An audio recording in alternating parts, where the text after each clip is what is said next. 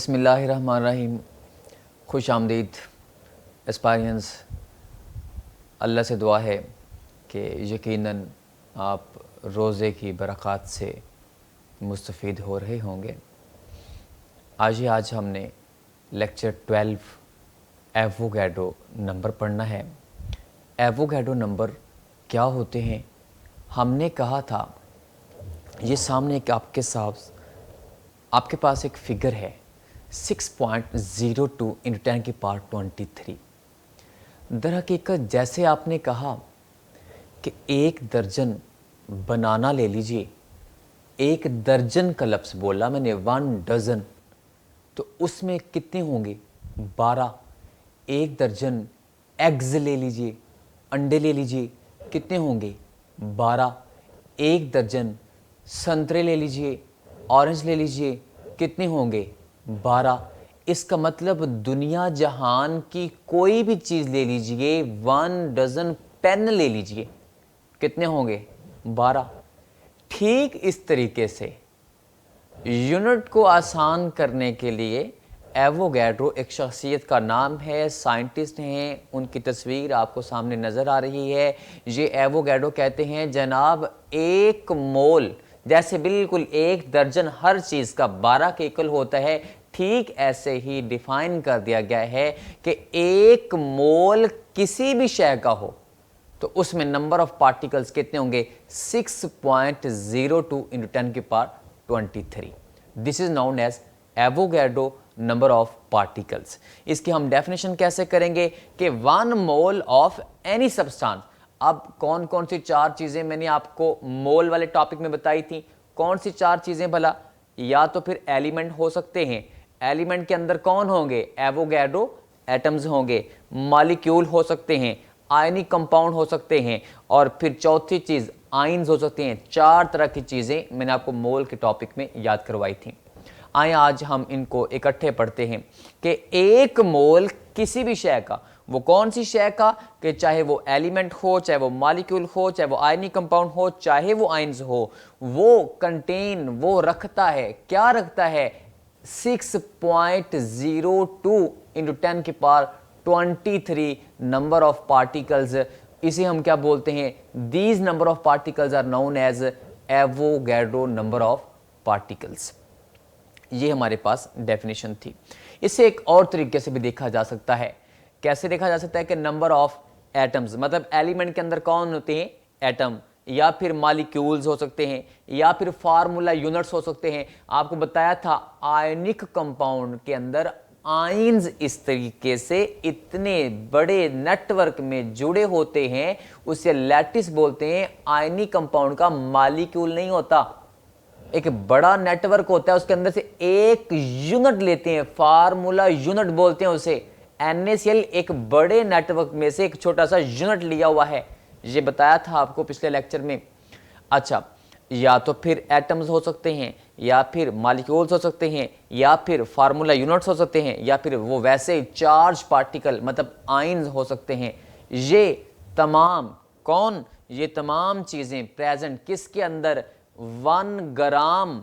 अच्छा, ये 1 मीन 1 मोल लिखा हुआ है, तो ग्राम एटम मीन 1 मोल, 1 ग्राम मॉलिक्यूल मीन 1 मोल। ग्राम का लफ्ज मैंने आपसे कहा था कि मोल के लिए इंतहाई जरूरी एक ही लफ्ज याद कर लीजिए, वो क्या था? ग्राम। जब भी मोल का जिंदगी में हमने फार्मूला लिखा, वो क्या लिखा? कि मैस ओवर मोलर मैस, लेकिन मैस कौन सा? ग्राम्स वाला। अगर हम कहें कि 1 ग्राम या 1 ग्राम मोल, 1 ग्राम एटम, एक ही बात है। तो 1 ग्राम एटम हो, 1 ग्राम मॉलिक्यूल हो, 1 ग्राम फार्मूला मैस, मैंने कहा था आयनिक कंपाउंड के लिए फार्मूला का लफ्ज़ इस्तेमाल करना है, या 1 ग्राम आयनिक स्पीशी हो, तो इन सब 1 मोल, इसे मैं सिंपल पहले डेफिनेशन जो लिखी है उसमें क्या लिख दिया? 1 मोल। इन सब चीज़ों का 1 मोल, उसमें क्या होते हैं?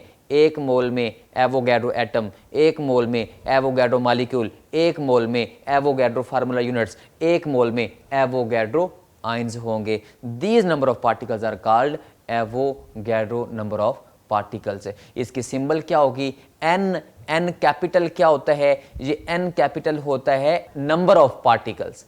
तो A stand for Avogadro. Small a नहीं लिखना, स्मॉल a नहीं लिखना। अगर N कैपिटल लिखने के बाद आप उसके बॉटम में नीचे स्मॉल a लिख देंगे तो वो सोडियम बन जाएगा, नेट्रियम बन जाएगा। Na सोडियम की सिंबल होती है, वो नहीं लिखना आपने। ये कैपिटल A एवोगैड्रो के लिए है। N बड़ा लिख के उसके नीचे बॉटम में लिखना है this is Avogadro number of particle, ये सिंबल है। तो इसके साथ हमने इसकी वैल्यू अभी थोड़ी देर पहले बता दी थी। इसके साथ अभी हम देखते हैं इसके यूनिट क्या होते हैं। पर मोल मतलब एक मोल के अंदर इतने पार्टिकल्स होते हैं, इसके ये यूनिट हैं। ये अक्सर बच्चों को नहीं पता होता। हम पूछते हैं एवोगैड्रो के यूनिट क्या होते हैं, कहते हैं सर ये तो नंबर है, इसके यूनिट क्या होंगे। ये सिंपली इकोलॉजिकली नंबर ही है, लेकिन ये किसका नंबर है, एक मोल के लिए। तो इसलिए इसके यूनिट्स क्या होंगे, पर मोल। इतने पार्टिकल्स पर मोल, इतने पार्टिकल्स पर मोल, इतने एटम्स पर मोल, ये एक मोल के हिसाब से हम बताते हैं। लीजिए हम देखते हैं नंबर ऑफ पार्टिकल्स किसके बराबर होंगे। जितना आपको मैथ दिया हो उसे मोलर मैथ पे डिवाइड कर दीजिए, तो ये क्या निकलाएंगे। मोल्स, एक मोल में कितने होते हैं। एवोगैड्रो, 2 मोल में कितने होंगे, 2 को एवोगैड्रो से मल्टीप्लाई कर दें।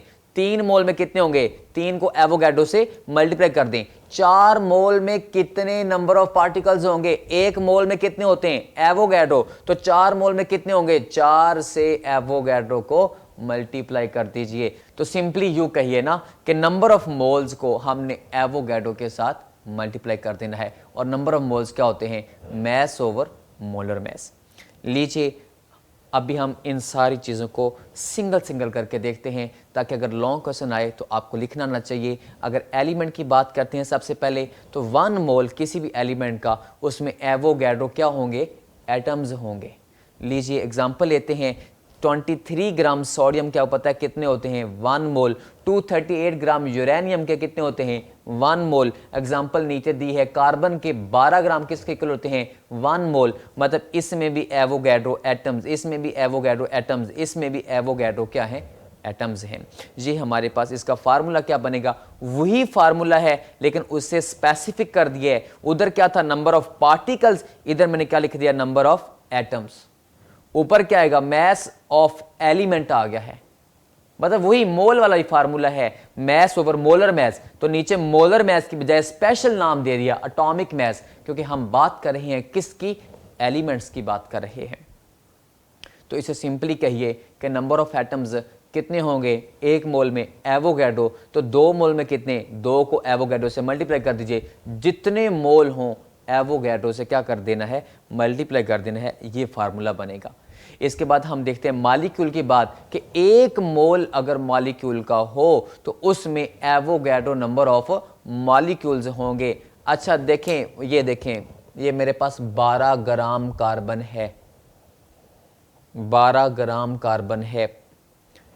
एक कार्बन है ना, इसलिए एटम कह रहा हूं। एटम उठाया, दूसरा एटम उठाया, तीसरा एटम उठाया, चौथा एटम उठाया, एक और एटम उठाया, मैं एटम उठाता जा रहा हूं। ये टोटल गिनती कितनी होगी भला, एवोगैड्रो नंबर ऑफ पार्टिकल्स होंगे, एवोगैड्रो एटम्स होंगे। मैंने कार्बन कहा था इसलिए एटम बोला। लेकिन अब इसको छोड़ दें, मैंने पानी पकड़ लिया, पानी, ये गिलास है पानी का, इसके अंदर से एक मॉलिक्यूल उठाने लगा हूं, एक H2O, एक सिंगल मॉलिक्यूल, एक H2O उठाया पानी, एक और एक सिंगल मॉलिक्यूल H2O और उठाया, एक और H2O उठाया। एक मोल पानी का कितना होता है, पानी का मैस कितना होता है, मैंने याद करवाया था आपको। एक H का मैस एक, दूसरे H का मैस भी एक। ऑक्सीजन का मैस कितना होता है, 16, तो 16 और 2 कितना हुआ, 18। पानी का मैस याद कर लीजिए। वाटर का मैस कितना होता है, 18 ग्राम पर मोल होता है। तो इसका मतलब ये हुआ 18 ग्राम अगर मैं पानी ले लूं तो मतलब ये 1 मोल है। 1 मोल पानी का 18 ग्राम है। इसके अंदर से मैं एक मॉलिक्यूल उठाऊंगा, एक और मॉलिक्यूल उठाऊंगा, एक और मॉलिक्यूल उठाऊंगा, तो ये कितने मॉलिक्यूल निकलेंगे, एवोगैड्रो नंबर ऑफ मॉलिक्यूल्स निकलेंगे। वो कार्बन थी इसलिए वहां मैंने एटम का लफ्ज बोला। एलिमेंट 1 मोल हो तो उसके अंदर एवोगैड्रो एटम होंगे। मॉलिक्यूल स्पीशीज हो तो फिर उसके अंदर एवोगैड्रो नंबर ऑफ मॉलिक्यूल्स होंगे। आइए देखते हैं, एग्जाम्पल देखते हैं। 1 मोल पानी का है तो उसमें Avogadro molecules 1 mole carbon dioxide का है, एवोगैड्रो मॉलिक्यूल्स 1 मोल अमोनिया का है तो उसमें एवोगैड्रो मॉलिक्यूल्स। इसे देखते हैं नंबर ऑफ मॉलिक्यूल्स, वही फार्मूला, नंबर ऑफ मॉलिक्यूल कैसे निकलेंगे, जितने मोल्स हैं एवोगैड्रो से मल्टीप्लाई कर दीजिए। तो लिहाजा मोल तो ये भी कह सकते हैं मैस ओवर मोलर मैस, लेकिन ये मॉलिक्यूल है तो स्पेशल नाम नीचे क्या लिख दिया, मॉलिक्यूलर मैस। मोलर मैस भी लिख सकते हैं, वो शुरू में जनरल फार्मूला लिखा था मैंने। इसके बाद आयनिक कंपाउंड के लिए कहेंगे तो 1 मोल आयनिक कंपाउंड का मतलब मेरे पास NaCl है, NaCl ले लिया मैंने, 1 मोल NaCl का कितना होता है, सोडियम का मैस कितना होता है 23। याद करवाया था मैंने आपसे, कहा था पिछले लेक्चर में कि मैसेज याद कर लीजिए, पिछले लेक्चर में यही लेसन था आपका याद करने के लिए। 23 क्लोरीन का मैस कितना होता 35.5, तो टोटल NaCl का मैस कितना हुआ 58.5। ये लें जी, नमक ले लिया, साल्ट NaCl 58.5 58.5 ग्राम ले लिया, मतलब ये 1 मोल ले लिया। 1 मोल में से 1 NaCl यूनिट उठाता हूं, 1 NaCl यूनिट उठाया, 1 NaCl यूनिट उठाया, एक और NaCl यूनिट उठाया, तो ये टोटल कितने यूनिट होंगे भला, ये एवोगैड्रो फार्मूला यूनिट्स होंगे। उधर एटम बोला लेकिन मॉलिक्यूल्स में मैंने मॉलिक्यूल बोला।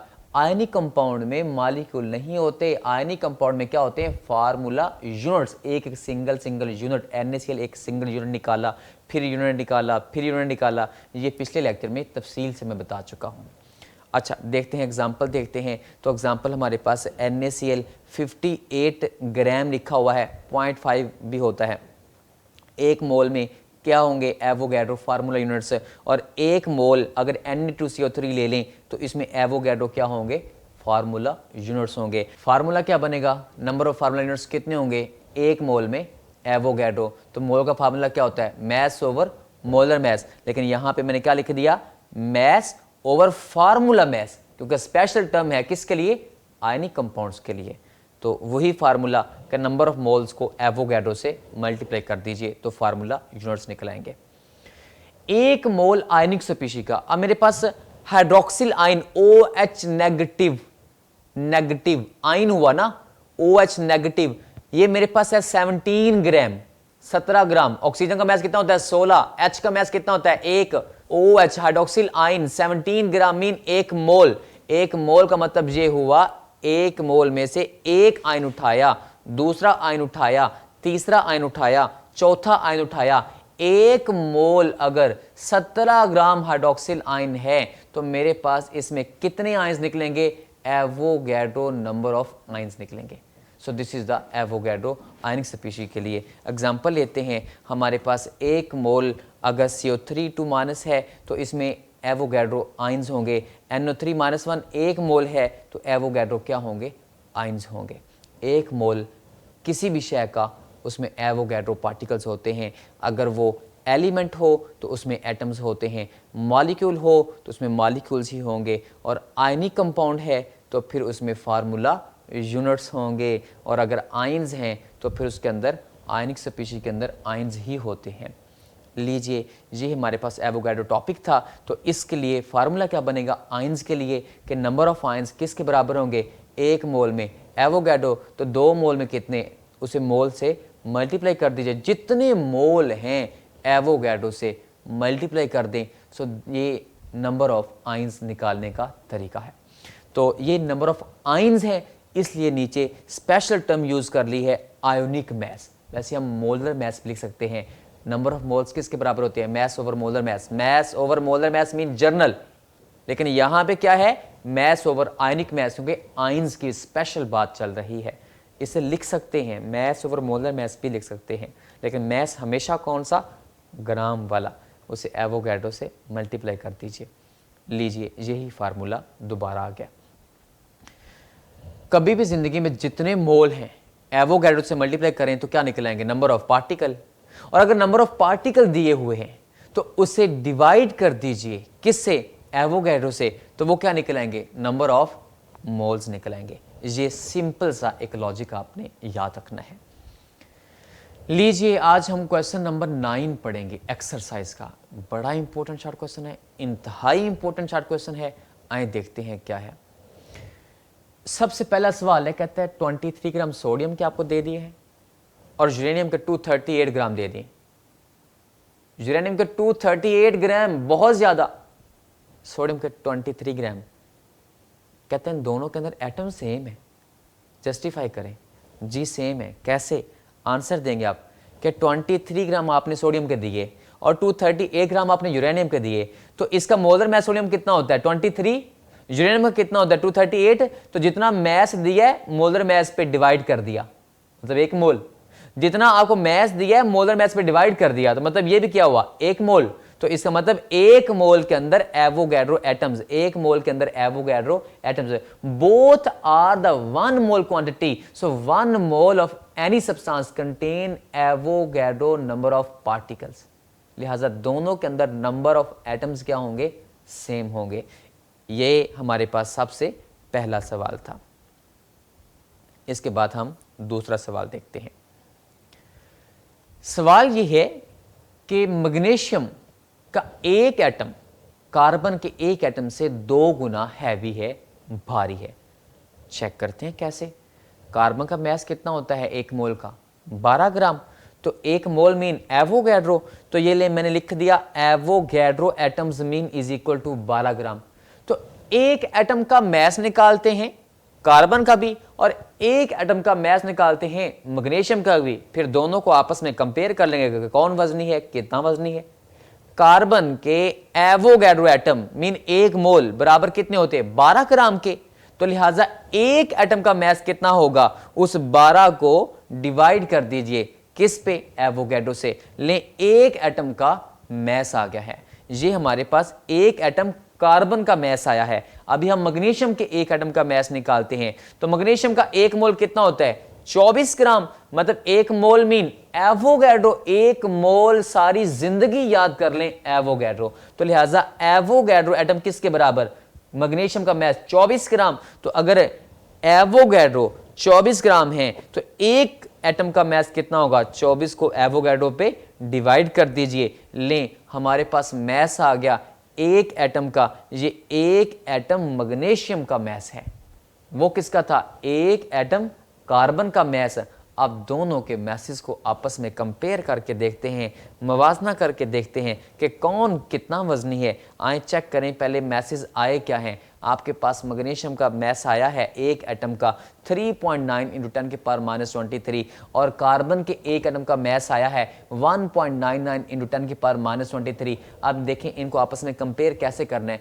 हमेशा याद रखिए मैंने इंपीरिकल फार्मूला में बताया था कि सिंपल करने का तरीका है, इनमें दोनों में देखें जो छोटी वैल्यू है ना, इन दोनों को उस पर डिवाइड कर दें। तो इन छोटी वैल्यू कौन सी है 1.9 × 10⁻⁻23, तो इस पे दोनों को डिवाइड कर देते हैं। तो लीजिए दोनों को डिवाइड कर दिया 1.9 × 10⁻⁻23। तो दोनों को कट करने से ज़रा चेक करें इसका आंसर कितना आएगा 1, और इसको डिवाइड करें तो हमारे पास इसका आंसर आएगा 2। तो लीजिए हमारे पास इसका आंसर 1 आ गया, इसका आंसर 2 आ गया। कार्बन से मैग्नीशियम का एक एटम 2 गुना भारी होता है।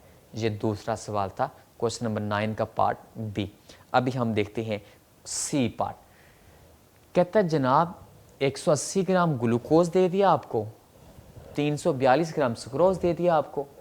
इन दोनों में से चेक करें कि मॉलिक्यूल सेम है लेकिन एटम डिफरेंट है।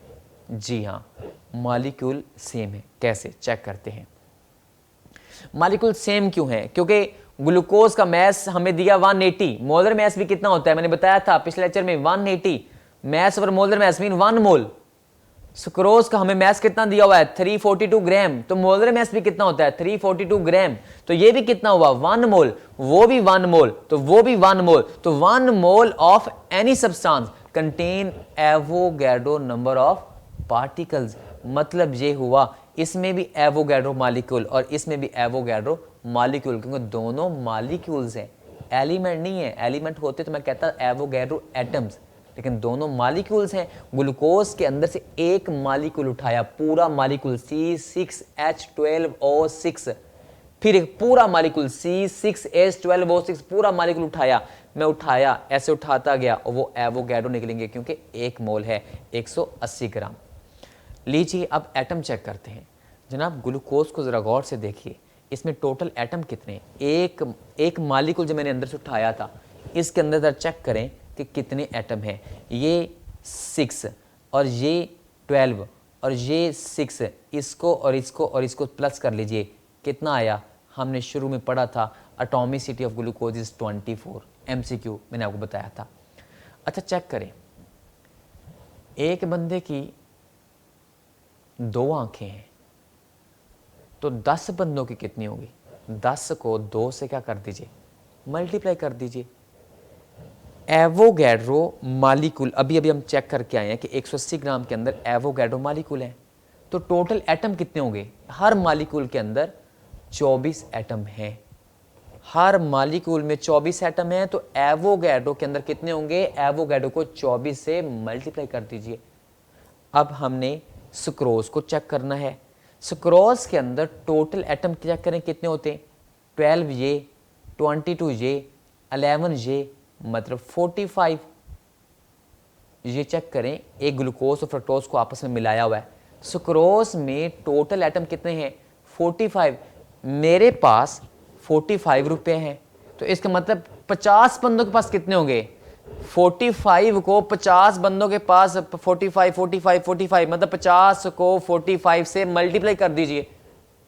तो लिहाजा एटम में फ़र्क तो आ गया ना, वो 1 मोल था 180 ग्राम, 342 ग्राम सुक्रोज भी क्या था, 1 मोल था। लिहाजा दोनों में मॉलिक्यूल सेम है लेकिन एटम डिफरेंट है। क्यों एटम डिफरेंट है, क्योंकि हमारे पास ये 1 मोल के अंदर एवोगैड्रो मल्टीप्लाइड बाई 24 एटम्स होंगे। एक मॉलिक्यूल में इसमें देखें 45 एटम हैं, तो 1 मोल में कितने होंगे, 45 को एवोगैड्रो से मल्टीप्लाई कर दीजिए। इधर 24 को एवोगैड्रो से मल्टीप्लाई कर दिया और इधर मैंने 45 को एवोगैड्रो से मल्टीप्लाई कर दिया। लिहाजा एटम में फ़र्क है। क्यों, क्योंकि एक मॉलिक्यूल की एटॉमिसिटी में फ़र्क है, लेकिन दोनों 1 मोल हैं तो मॉलिक्यूल क्या होंगे, सेम होंगे। अगला सवाल देखते हैं डी पार्ट क्वेश्चन नंबर 9 का। ये बड़े इंपॉर्टेंट शॉर्ट क्वेश्चंस हैं। 4.9 ग्राम H2SO4 के दे दिए। कहता जनाब ये H2SO4 है। कहता जनाब इसके अंदर पॉजिटिव और नेगेटिव चार्जेस दोनों सेम है। जी सेम है, वो कैसे सेम है। H2SO4 को तोड़ के देखते हैं। उससे पहले कि मैं H2SO4 को तोड़ के देखूं, पहले मैं चेक करूं कि जनाब ये जो आपने 4.9 ग्राम H2SO4 दिया है, इसमें मॉलिक्यूल हैं कितने। मैं पूरे मॉलिक्यूल चेक करने के लिए जितना मैस होता है, मैस ओवर मोलर मैस क्या निकलेंगे, मैस ओवर मोलर मैस से क्या निकलते हैं, मोल्स। और मोल को मल्टीप्लाई कर दें किससे, एवोगैड्रो से, क्योंकि 1 मोल में कितने मॉलिक्यूल, एवोगैड्रो। तो 2 मोल में कितने, एवोगैड्रो को 2 से मल्टीप्लाई कर दें। 3 मोल में कितने, 3 को एवोगैड्रो से मल्टीप्लाई कर दें। तो लिहाजा मोल कैसे निकालते हैं, mass over molar mass. Formula क्या बना, मैस ओवर मोलर मैस और इसे एवोगैड्रो से मल्टीप्लाई कर दें। मैस हमें दिया हुआ है, मोलर मैस सल्फ्यूरिक एसिड का कितना होता है, 98। ये आपने याद करना है, खुद भी निकाल सकते हैं H2SO4 से। तो ये हमारे पास मॉलिक्यूल्स आ गए। अभी हम पहले देखते हैं कि एक H2SO4 के अंदर पॉजिटिव चार्ज कितना है, नेगेटिव चार्ज कितना है। फिर ये जो मॉलिक्यूल निकले हैं ना, इसके अंदर भी चेक कर लेंगे कि टोटल पॉजिटिव चार्ज कितना है, नेगेटिव चार्ज कितना है। तो एक मॉलिक्यूल को जरा गौर से देखें, एक H2SO4 में से ये 2 पॉजिटिव चार्ज निकला है। एक H पे भी पॉजिटिव चार्ज, दूसरे H पे भी पॉजिटिव चार्ज, तो 2 पॉजिटिव चार्ज निकला है। तो इसका मतलब ये हुआ टोटल पॉजिटिव चार्ज अभी हम देखते हैं तो ये H2SO4 है, तो H2SO4 के अंदर से 2 पॉजिटिव चार्ज निकला, 2 ही नेगेटिव चार्ज निकला। तो अभी हम चेक करते हैं कि अगर हमारे पास एक मॉलिक्यूल के अंदर 2 पॉजिटिव चार्ज है तो वो जो अभी पीछे मॉलिक्यूल निकले थे 3.01 × 10⁻²2, तो इतने मॉलिक्यूल्स के अंदर कितना पॉजिटिव चार्ज होगा। अगर एक के अंदर 2 है तो इतने, अच्छा देखें, एक बंदे की 2 आंखें हैं तो 5 बंदों की कितनी होगी, 5 को 2 से मल्टीप्लाई कर दें। 10 की कितनी होगी, 10 को 2 से मल्टीप्लाई कर दें। तो इसका मतलब एक H2SO4 के अंदर से दो पॉजिटिव चार्ज निकला, तो 3.01 इंटू 10 की पावर 22 मॉलिक्यूल के अंदर से कितना पॉजिटिव चार्ज निकलेगा भला? उस 3.01 इंटू 10 की पावर 22 को 2 से मल्टीप्लाई कर दीजिए। लीजिए आपके पास आंसर आ गया है। ये आंसर आपने देखें 2 से मल्टीप्लाई करने पे आंसर जो भी आया, अभी एंड पे देखते हैं आपस में कंपेयर करके। एक मॉलिक्यूल के अंदर नेगेटिव चार्ज कितना है? -2। ऊपर देखें ये लिखा हुआ -2, तो एक मॉलिक्यूल के अंदर -2 चार्ज है, तो इसका मतलब 3.01 इंटू 10 की पावर 22 के अंदर कितना होगा? मतलब 2 ही चार्ज है, नेगेटिव नहीं लगा देना। चार्ज 2 है ना, लेकिन नेगेटिव में है, वो चार्ज 2 ही है लेकिन पॉजिटिव में है, तो इसका मतलब 2 दफा नेगेटिव चार्ज है। तो मतलब एक मॉलिक्यूल के अंदर से 2 नेगेटिव चार्ज है, तो इतने मॉलिक्यूल में कितना होगा? उसे 2 से क्या कर दें? मल्टीप्लाई कर दें। ये ले हमने उसे मल्टीप्लाई कर दिया। अच्छा, उसका और इसका आंसर क्या आएगा भला? सेम आएगा। लिहाजा कंक्लूजन निकला कि दोनों में चार्ज क्या है? सेम है। वो आंसर लिखने की जरूरत नहीं है, वैसे भी आप लिख सकते हैं। अगर आप आंसर निकाल दें तो बहुत अच्छा है, ना निकालें तो भी अगर आप कंपैरिजन लिखते जाएं, इधर आप पॉजिटिव चार्ज का, इधर आप नेगेटिव चार्ज का, तो वो इक्वल आ जाएगा। अच्छा देखें, अब इसी सवाल का दूसरा पार्ट है। कहता है जनाब चार्ज तो सेम है लेकिन पॉजिटिव आयन डबल है, ट्वाइस है। चेक करते हैं वाकई, जरा इस इक्वेशन को जरा गौर से देखें। इक्वेशन के अंदर से H पॉजिटिव कितने निकले? 2। तो SO4 कितने निकले? यहां चेक करें, कोई लिखा हुआ है कुछ साथ? ये 1 लिखा, ऑटोमेटिकली समझ है कि 1 है, 1 लिखने की जरूरत नहीं होती। अच्छा, इसका मतलब एक मॉलिक्यूल में से 2 पॉजिटिव आयन निकले, तो 3.01 इंटू 10 की पावर 22 के अंदर कितने होंगे? उसे 2 से क्या कर दें? मल्टीप्लाई। एक मॉलिक्यूल से एक नेगेटिव आयन निकला, चार्ज नहीं कर रहा मैं, आयन निकला, तो 3.01 इंटू 10 की पावर 22 के अंदर से कितने आयन निकलेंगे?